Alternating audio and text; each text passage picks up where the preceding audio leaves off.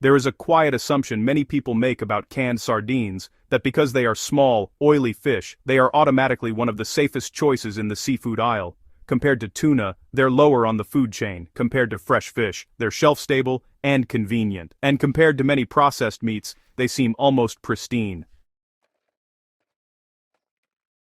But here's the lesser-known pattern that deserves attention. The safety of canned sardines has less to do with the fish itself, and more to do with what surrounds it. The oil, the lining of the can, the added salt, and even the way we share it with our pets. Over time, small exposures add up. For older adults with shifting kidney function, for people managing blood pressure, and for pet owners who offer just a little taste, the risks are rarely dramatic, but they are cumulative. If you value clear evidence-based food awareness without panic or hype, consider subscribing now. This channel is about long-term patterns, not quick scares. Let's start with what goes wrong most often. When sardines are packed in low-quality seed oils, the problem isn't the fish, it's the oxidation. Many lower-cost sardine brands are packed in refined soybean, corn, or generic vegetable oil. On paper, that may not sound alarming. These oils are widely consumed. The issue is stability. Sardines are naturally rich in omega-3 fatty acids, which are chemically delicate. When they sit in highly refined omega-6 heavy seed oils for months or years, especially under fluctuating storage temperatures, oxidation becomes more likely. Oxidized fats can contribute to inflammation and place additional stress on the body's antioxidant systems. For healthy young adults, occasional exposure may not be significant, but for older individuals, or those already dealing with inflammatory conditions, repeated intake over time matters. The same principle applies to pets. Dogs and cats process fats differently, and excessive omega-6 intake relative to omega-3 can worsen skin issues and inflammatory conditions. When owners share sardines packed in unstable oils, they may unintentionally tip that balance. Another category that deserves scrutiny is sardines packed in heavily salted brine. Sardines are naturally salty from the sea, but many brands add substantial sodium during processing. A single can contain more than half of an adult's recommended daily sodium intake. For individuals monitoring blood pressure, kidney health, or fluid retention, this isn't trivial. What makes this risk overlooked is frequency.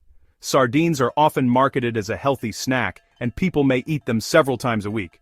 The cumulative sodium load becomes meaningful over months and years. For pets, the risk is more immediate.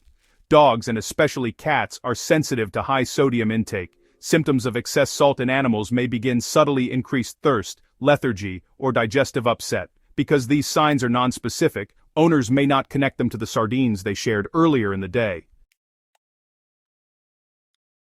Then there are sardines packed in sauces that seem harmless but quietly change the equation. Tomato sauce, mustard sauce, chili blends. These flavorings often contain added sugars, stabilizers, and preservatives. Some include onion or garlic powders. While garlic in very small amounts may not harm a healthy adult human, it can be toxic to dogs and cats in concentrated or repeated doses. It damages red blood cells in pets, sometimes gradually, leading to weakness or anemia that appears days later.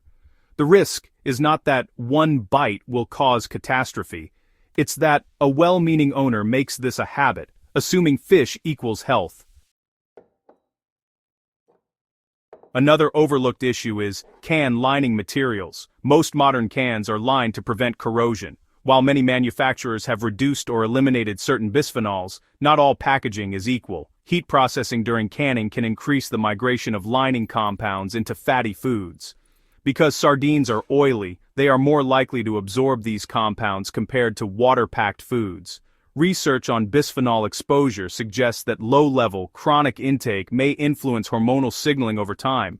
The science is still evolving, and not all exposures are dangerous. But when you consider the total load from multiple packaged foods, sardines become part of a broader pattern.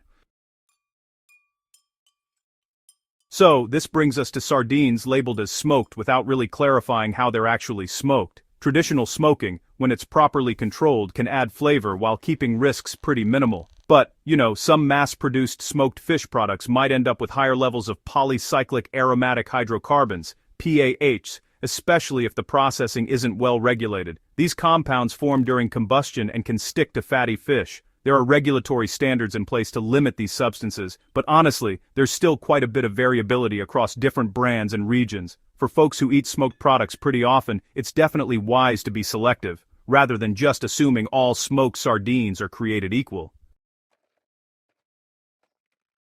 There is also the issue of portion distortion. Some brands sell these large, multi-layered tins that actually contain 2 or even 3 servings. Nutritional labels may list values per serving, not per can, so it's pretty easy to accidentally consume double the sodium and fat listed if you just assume the entire tin equals 1 portion. For people managing lipid levels or caloric intake, this detail really does matter.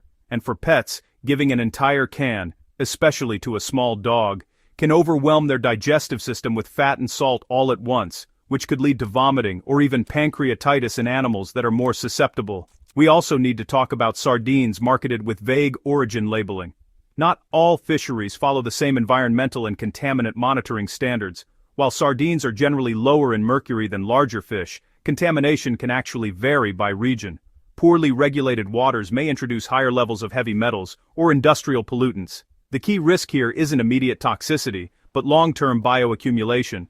Adults who consume sardines several times weekly for years should really pay attention to sourcing transparency. Finally, sardines that are significantly past their optimal storage conditions deserve caution. Canned foods are shelf-stable, but they're definitely not immortal. Over time, texture degrades, fats oxidize, and the can lining may break down, especially if stored in warm environments. And even without visible bulging or obvious spoilage, quality changes can still occur. Now, after discussing 7 categories that deserve caution, let's shift to what makes certain sardines a safer choice. Sardines packed in extra virgin olive oil from transparent, reputable producers tend to offer greater stability. Olive oil is more resistant to oxidation than many refined seed oils, thanks to its monounsaturated fat profile and antioxidant content. When sourced from producers that specify harvest region and oil quality, the overall product is often better controlled. This doesn't make it perfect. Portion size and sodium still matter, but the fat environment surrounding the fish is less likely to promote oxidative stress. Equally important are sardines packed in water with minimal added salt and no flavoring additives. Water-packed sardines allow the natural nutrient profile of the fish to remain intact without additional inflammatory oils or excess sodium. For individuals with cardiovascular concerns, this format offers more control. You can add your own measured amount of olive oil or seasoning at home, rather than inheriting whatever the manufacturer included. For pet owners, plain water-packed sardines without salt or spices are significantly safer if you choose to share small amounts occasionally. Even then, portion size should reflect the animal's body weight. A teaspoon for a cat is very different from half a can for a large dog.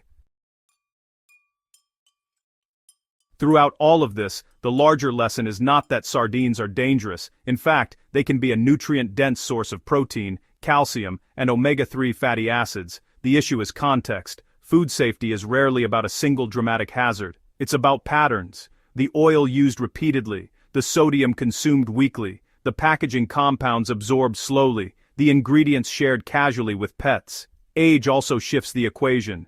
Kidney filtration declines gradually in many adults after midlife. Blood pressure, sensitivity to sodium increases. Pets age even faster relative to humans. What felt harmless at 30 may require more thought at 60, for you and for the animals sleeping at your feet. When choosing canned sardines, read beyond the front label. Look at the oil type. Check the sodium per entire container, not just per serving. Notice whether spices include onion or garlic. Consider how often you eat them, not just whether they're healthy. Food awareness isn't about fear. It's about understanding how small, daily decisions compound over time. If you found this breakdown helpful, subscribe to the Food Inspector for more steady, research-driven guidance on what we eat.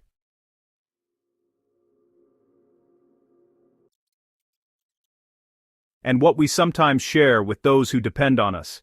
And consider sharing this video with someone who keeps a few tins of sardines in their pantry. Clear information, calmly delivered, is one of the most powerful health tools we have.